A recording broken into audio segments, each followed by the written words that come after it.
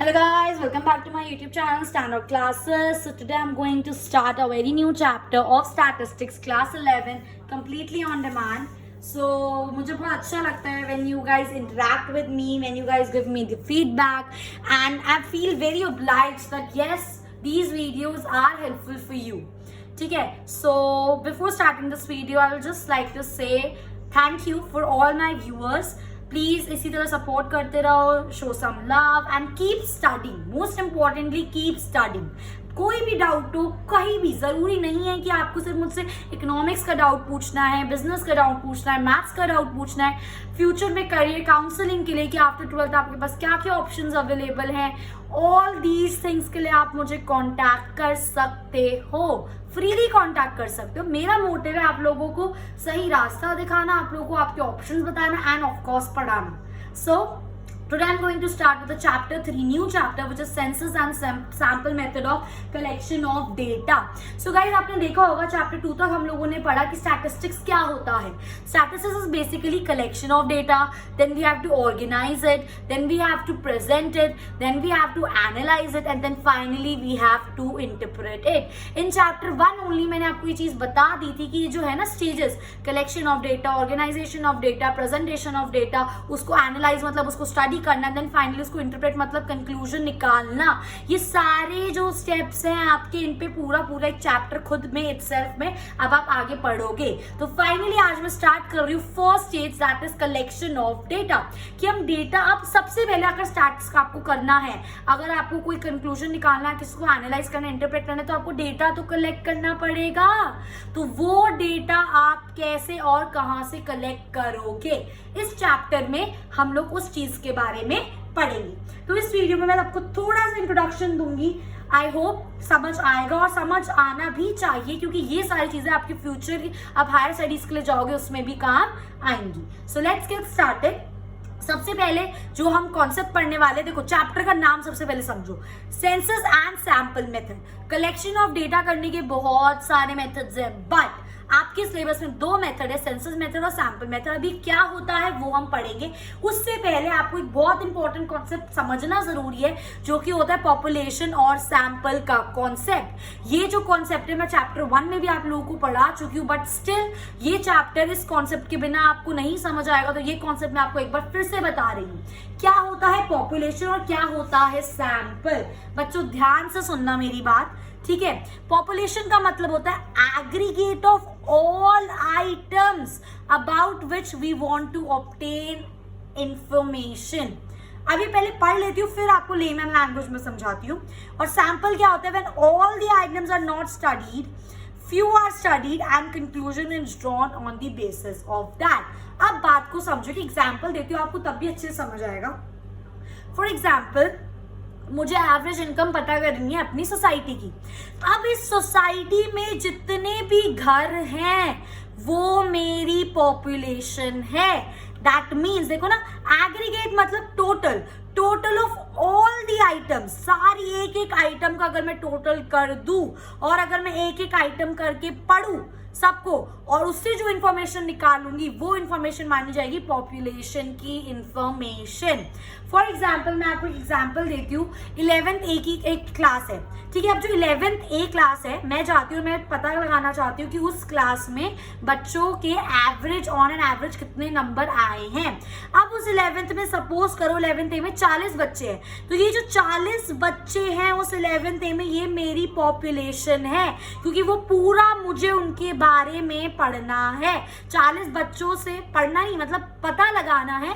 तो उन, अगर मैं हर बच्चे से जाके पता कर रही हूँ कि आपके कितने मार्क्स आए, आपके कितने मार्क्स आए, 40 बच्चों से जाके मैंने एक बच्चे से जाके पूछा कि आपके कितने मार्क्स आए हैं, और उसके बेस पे मैं एवरेज निकालूंगी. तो जो आपका इंफॉर्मेशन आएगा वो पॉपुलेशन बेस्ड होगा, ठीक है. टोटल आइटम्स जिसके बारे में आपको स्टडी करना है, और उस टोटल आइटम से हर एक आइटम स्टडी कर रहे हो, दैट इज योर पॉपुलेशन. आई बात समझ. और सैंपल क्या होता है, when all the items are not studied. For example, same example ले रही हूँ. एग्जांपल ए में 40 बच्चे हैं. अब मेरे पास इतना टाइम नहीं है कि मैं 40 बच्चों के पास जाके पूछूं. मैंने रैंडमली 10 बच्चे उठाए और इनसे पूछा, और जो 10 बच्चों ने मुझे जवाब दिया उसके हिसाब से मैंने अंदाजा लगा लिया कि पूरी क्लास के ऑन एन एवरेज इतने मार्क्स होंगे.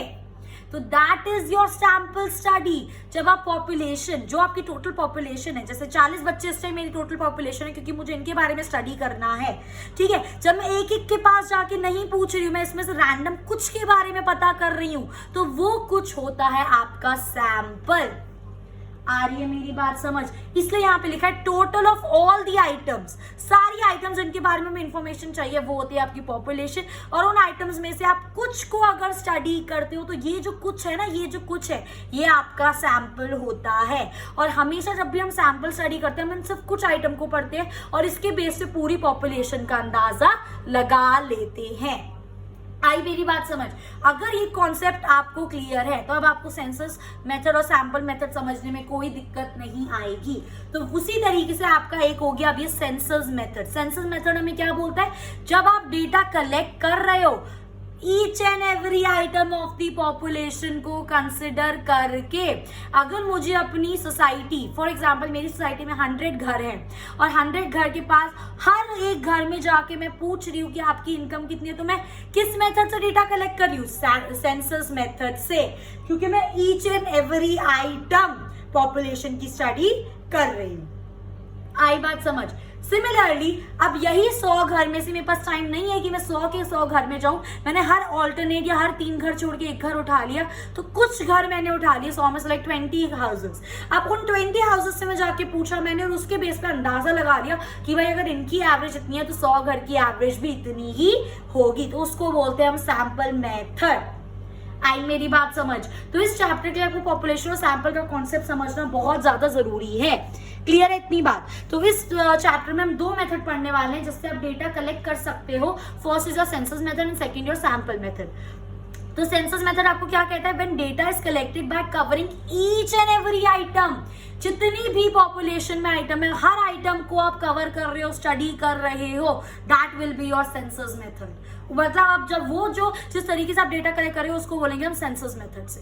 और अगर when data is collected about a group of item, population में से आपने ग्रुप निकाला और उस ग्रुप के बारे में डेटा कलेक्ट करो, दैट मीन्स आप क्या कर रहे हो? आप उस पॉपुलेशन के सैंपल को स्टडी कर रहे हो, उसको बोलेंगे हम सैंपल मेथड। तो इस वीडियो में आपके साथ डिटेल में डिस्कस करूंगी कि सेंसस मेथड क्या होता है, कहाँ सूटेबल होता है, उसके क्या मेरिट्स होते हैं, क्या डीमेरिट्स होते हैं। सिमिलरली सैंपल मेथड क्या होता है, उसकी क्या सूटेबिलिटी है, उसके क्या मेरिट्स और क्या उसके डीमेरिट्स हैं। आई होप गाइस ये चीज अब तो बिल्कुल क्लियर हो गई, I am damn sure about it. ठीक है, तो हम स्टार्ट करते हैं गाइस सेंसस मेथड से। सेंसस मेथड हमें क्या बोल रहे हैं? It is use for estimation of the countries population. ये मैंने एक ना एग्जांपल दिया है कि अगर आपको कंट्री की पॉपुलेशन का पता लगाना है कि हमारी कंट्री में कितनी पॉपुलेशन है, तो क्या आप वो सैंपल मेथड से लगा सकते हो? बिल्कुल नहीं लगा सकते हम। It is not possible. Population मतलब एक एक जना, तभी तो हमारी आज इंडिया की करोड़ वगैरह में पॉपुलेशन है। We are the second most populated country in the world. तो ये चीज हमको पता कैसे चली? जब हमने एक एक जना चेकआउट करा अपनी कंट्री में। आई मेरी बात समझ? तो जब भी ये क्वेश्चन आया हुआ है एक्चुअली, जब भी आपको कंट्रीज पॉपुलेशन एस्टिमेट करनी हो तो आप घर हाउस टू हाउस जाते हो इंक्वायर करने के लिए, घर घर जाओगे पूछने के लिए कितने लोग हैं, क्या है, कितना फैमिली क्या है। बात समझ रहे हो मेरी? तो जब भी आपको कंट्री की पॉपुलेशन को वो करना होता है, एस्टिमेट करना होता है, तो आप कौन सा मेथड यूज करोगे? Census method. क्योंकि सेंसस मेथड में आपको पॉपुलेशन की ईच एंड एवरी आइटम को, मतलब एक तरीके से ऐसे समझो कि हर देशवासी के पास भारत के आपको जाना पड़ेगा, हर घर में नॉक करना पड़ेगा, खटखटाना पड़ेगा और पूछना पड़ेगा आपके घर में कितने मेंबर्स हैं, तब जाकर आपको एग्जैक्टली पॉपुलेशन पता चलेगी। तो ये मेथड, ये चीज करने के लिए हम कौन सा मेथड यूज करेंगे? Obviously census method. आई होप गाइस ये चीज आपको बिल्कुल अच्छे से क्लियर है। उसके बाद आते हैं ये मेथड सूटेबल कब कब है। ध्यान से सुनना मेरी बात। When size of population is small, बिल्कुल ये सबसे एक इंपॉर्टेंट पॉइंट है। जब आपकी जो पॉपुलेशन है वो साइज स्मॉल हो, आप तभी सेंसस मेथड करो।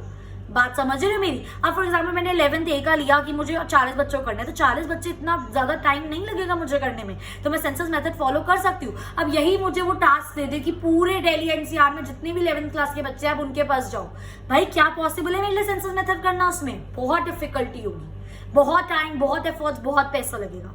ठीक है, तो आप सेंसस मेथड तभी फॉलो करो जब आपका साइज ऑफ पॉपुलेशन स्मॉल हो, जब आप ईच एंड एवरी आइटम पर रीच कर सको।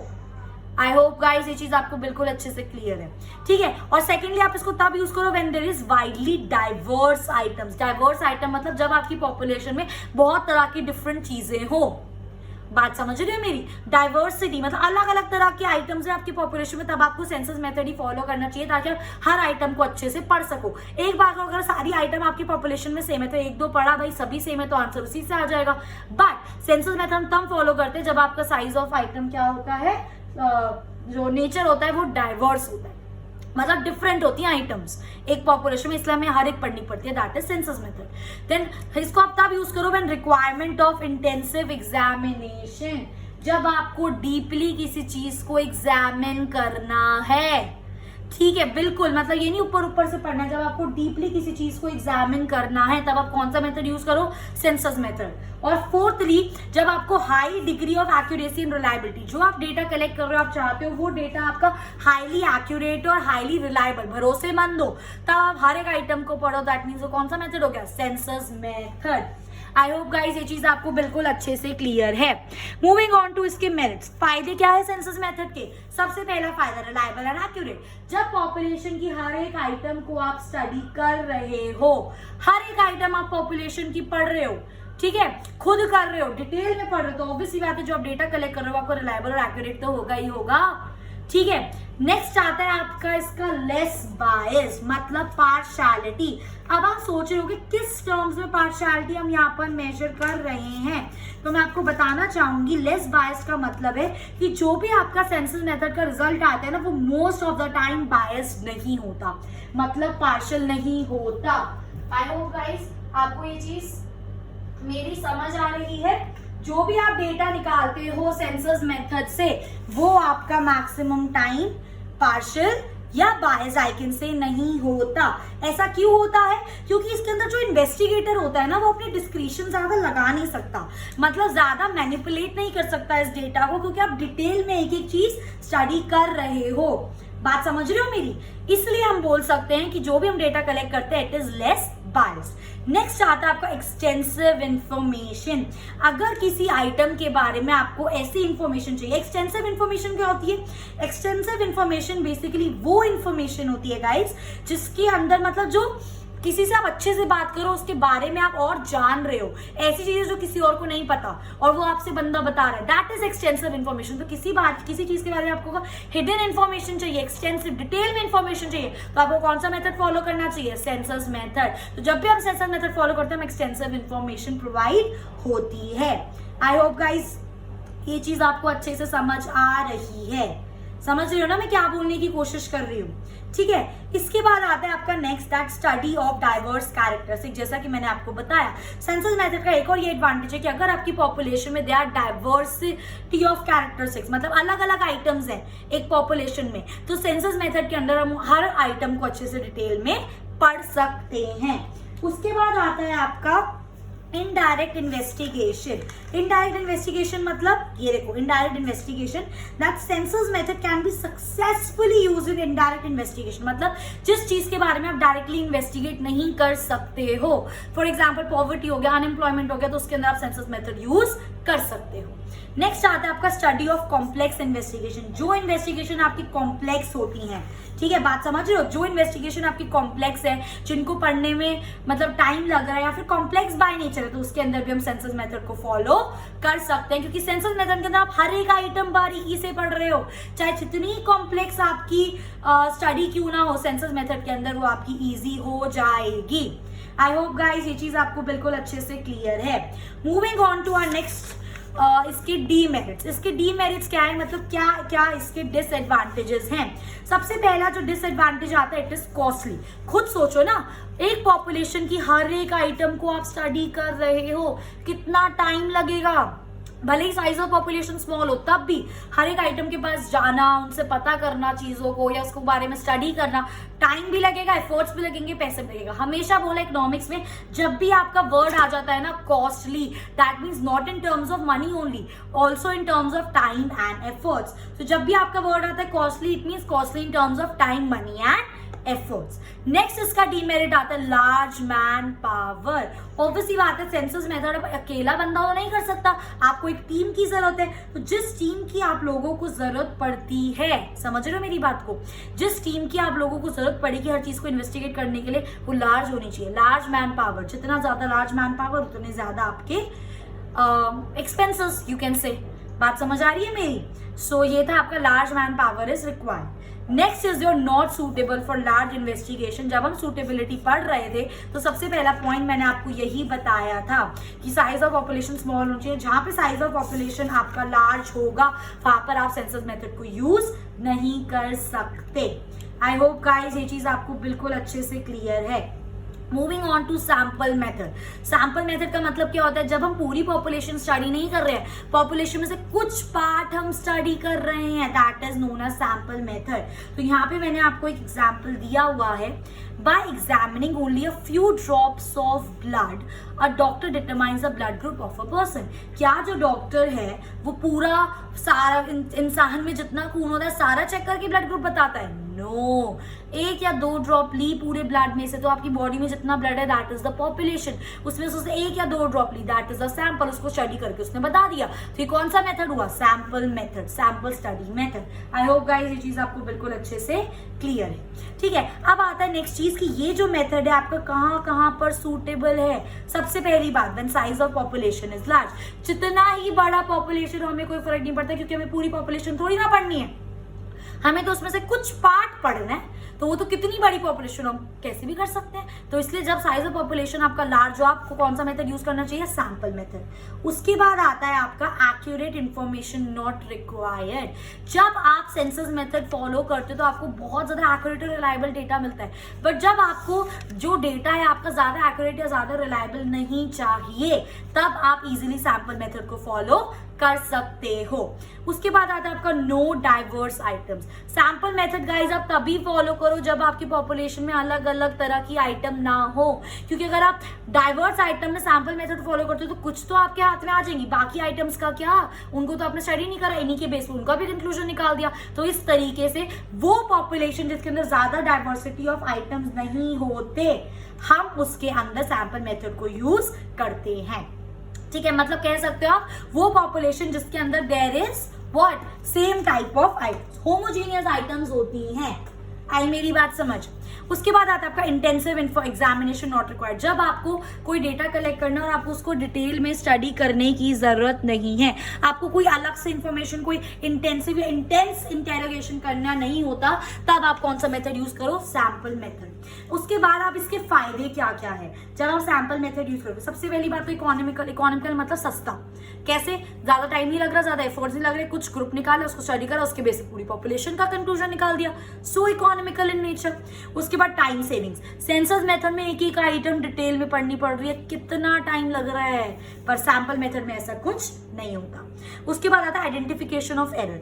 अगर आप एक सेंसस मेथड से डेटा कलेक्ट कर रहे हो तो पूरा आपने डेटा कलेक्ट कर लिया और आपका कंक्लूजन गलत आ रहा है, तो आपको बहुत डिफिकल्टी होगी ढूंढने में कि भाई मैंने गलती कहाँ करी, क्योंकि इतनी इंटेंस हम लोगों ने फाइंडिंग्स करी, हमने घर घर जाया, फिर से दोबारा थोड़ी ना घर घर जाएंगे पता करने कि भाई कहाँ पे गलती रह गई। पर सैंपल मेथड में आप इजीली अपनी गलती को आइडेंटिफाई कर सकते हैं, क्योंकि एक ग्रुप पढ़ा है मैंने इसके बारे में, तो यहाँ पे तो मैं easily as compare to census method में इजीली ढूंढ सकती हूँ कि मेरी गलती कहाँ पर रह गई। ठीक है, उसके बाद लार्ज इन्वेस्टिगेशन, ऑब्वियसली बात है जहां पे आपका एरिया ऑफ इन्वेस्टिगेशन लार्ज होगा वहां पे आप ये मेथड यूज कर सकते हो। Then it is more scientific in nature. इसका मतलब क्या है? आपके ना एक हमारे इकोनॉमिस्ट थे जिनका नाम था आर फिशर, उन्होंने बोला sample method is more scientifically nature. क्यों? Because sample data can be conveniently investigated. क्योंकि जो आपने डेटा कलेक्ट करा है ना, सैंपल डेटा, आप उसको डिफरेंट एंगल से इन्वेस्टिगेट कर सकते हो, पर सेंसस मेथड को डिफरेंट एंगल से इन्वेस्टिगेट करना is a very very complex and difficult task. इसलिए सैंपल मेथड को क्या बोला गया? मोर साइंटिफिक इन नेचर। इसके बाद आते हैं इसके क्या क्या डिसएडवांटेजेस, क्योंकि हर चीज के अपने एडवांटेजेस और हर चीज के अपने डिसएडवांटेजेस होते हैं। आ रही है मेरी बात समझ? तो क्या क्या डिसएडवांटेज? सबसे पहला डिसएडवांटेज होता है इसका पार्शियल। हो सकता है जो बंदा सैंपल सेलेक्ट कर रहा है वही पार्शियल हो। अगर मैं हूं और मैं सैंपल अपने हिसाब से सेलेक्ट करूं तो मेरी पूरी जो स्टडी है वही कंक्लूजन गलत हो गया, उसका कंक्लूजन। ठीक है। तो सैंपल सेलेक्ट करना एक बहुत डिफिकल्ट टास्क है। अगर सैंपल कलेक्ट करने वाला ही बंदा पार्शियल होगा तो जो आपका स्टडी का कंक्लूजन होगा वो भी पार्शियल होगा। दैट्स वाई चांसेस है कि सैंपल में जो आपका रिजल्ट है वो पार्शियल हो। इसका ये डिसएडवांटेज होगा, पर सेंसस मेथड में ऐसा नहीं होता क्योंकि हर जने से हर चीज हर आइटम को आप डीपली स्टडी करते हो। नेक्स्ट आता है आपका रॉन्ग कंक्लूजन। ऑब्वियसली बात है, अगर डेटा पार्शियल हुआ सैंपल, और एक और भी बात याद रखना, जब आप सैंपल सेलेक्ट करते हो ना हमेशा ऐसा सैंपल सेलेक्ट करो जो आपकी पॉपुलेशन को रिप्रेजेंट करे। फॉर एग्जांपल मैंने 11th A का एग्जांपल दिया था, 40 बच्चों में से मैं 10 बच्चे सेलेक्ट कर रही हूँ, तो मैं ऐसे 10 बच्चे सेलेक्ट करूंगी जो मेरी पॉपुलेशन को रिप्रेजेंट करे। ये नहीं कि 10 के 10 मैंने टॉपर उठा लिए, नो, मुझे 2 बिलो एवरेज स्टूडेंट्स भी लेने पड़ेंगे, 2 एवरेज स्टूडेंट्स भी लेने पड़ेंगे, 2 अबव एवरेज भी लेने पड़ेंगे और 2 टॉपर्स भी लेने पड़ेंगे। तो ये मेरा एक ऐसा पॉपुलेशन बना जो सैंपल बना जो मेरी पॉपुलेशन को रिप्रेजेंट कर रहा है। अगर आपका सैंपल आपकी पॉपुलेशन को रिप्रेजेंट नहीं कर रहा तो उसको स्टडी करने का कोई फायदा नहीं है, आपका कंक्लूजन गलत ही आएगा। ठीक है। उसके बाद आता है difficulty in selecting a representative sample. सबसे बड़ा टास्क होता है ये, जो बंदा स्टडी कर रहा है उसके लिए एक सैंपल सेलेक्ट करने, एक ऐसा सैंपल सेलेक्ट करना जो पॉपुलेशन को रिप्रेजेंट कर रहा है, is the biggest difficult task. अगर सैंपल गलत, पूरी स्टडी गलत। ठीक है, तो इसका अगेन डीमेरिट है। नेक्स्ट आता है difficulty in framing. What is this difficulty in framing? Sometimes the population में सो डाइवर्स, अभी एक पॉपुलेशन ऐसा हो सकता है कि इट इज सो डाइवर्स, कितनी अलग अलग आइटम्स आपके पास, भाई बंदे को समझ ही नहीं आता इन्वेस्टिगेटर को सैंपल वो ड्रॉ कैसे करे। तो अगेन सैंपल से डिफिकल्टी एंड स्पेशलाइज्ड नॉलेज। जिस बंदे के पास स्टैट्स की knowledge, population sample find out करने की नॉलेज नहीं है, वो बंदा सैंपल मेथड नहीं परफॉर्म कर सकता। बात आ रही है मेरी समझ? तो ये एक सबसे मोस्ट इंपॉर्टेंट चीज है, नॉलेज होना किसी भी चीज की। मेरे पास नॉलेज नहीं है तो कैसे मैं बच्चों को पढ़ा सकती हूँ?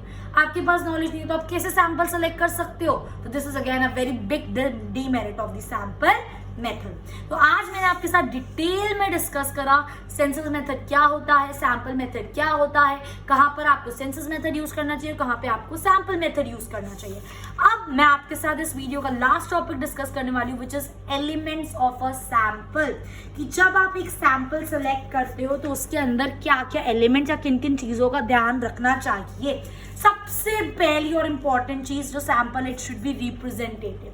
जो आपका सैंपल है वो पॉपुलेशन को रिप्रेजेंट करना चाहिए, क्योंकि अगर वो सैंपल पॉपुलेशन को रिप्रेजेंट नहीं करेगा, बेटा गेम खत्म, यू आर गॉन। आप सैंपल को कितना ही अच्छे से पढ़ लेना, आपका कंक्लूजन गलत ही आएगा, क्योंकि वो सैंपल आपके पॉपुलेशन को रिप्रेजेंट ही नहीं कर रहा है। जैसे कि मैंने एग्जांपल दिया था, 40 बच्चों में 10 के 10 टॉपर उठा लूं मैं, तो वो जो मेरा 10 टॉपर है वो मेरा रिप्रेजेंट नहीं कर रहा है सैंपल पॉपुलेशन को, तो that is wrong. Second thing, जब आप सैंपल सेलेक्ट करो, it should be independent. That means what?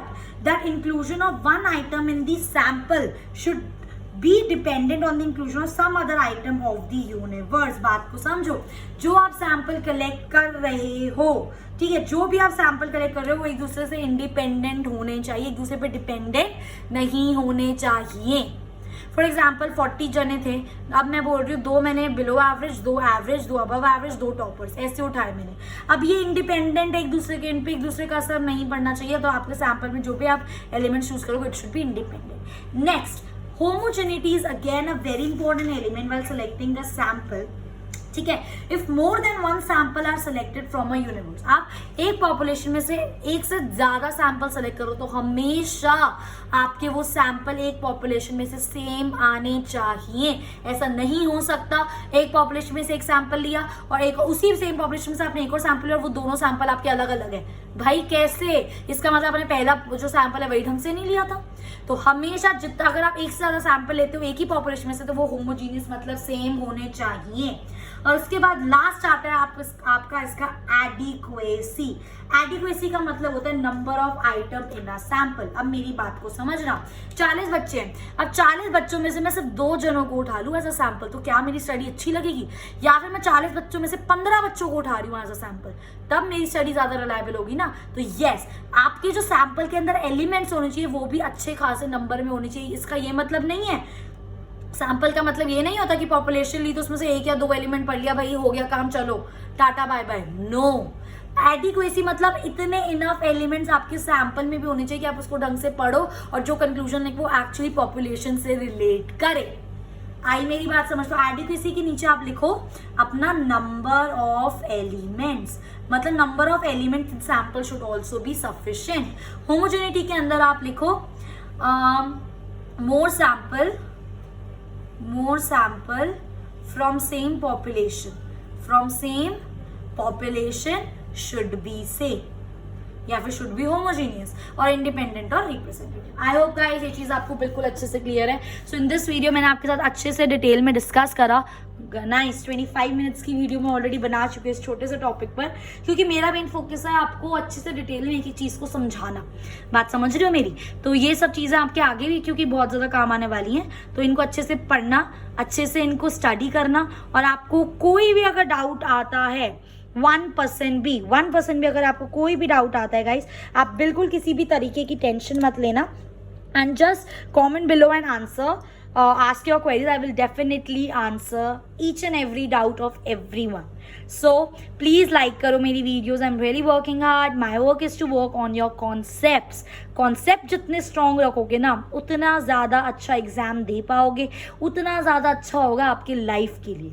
So please अच्छे से पढ़ाई करो, चीज़ों को समझो, जितने ज़्यादा डाउट्स पूछोगे उतना ज़्यादा क्लियरिटी ऑफ कॉन्सेप्ट मिलेगा। आज ये बात मेरी लिखवा लो। So please like my video, share करो अपने फ्रेंड्स के साथ, and subscribe Standard Classes if you have not done it yet. So I will see in my next video. इस चैप्टर को कंटिन्यू करेंगे। Till then happy learning.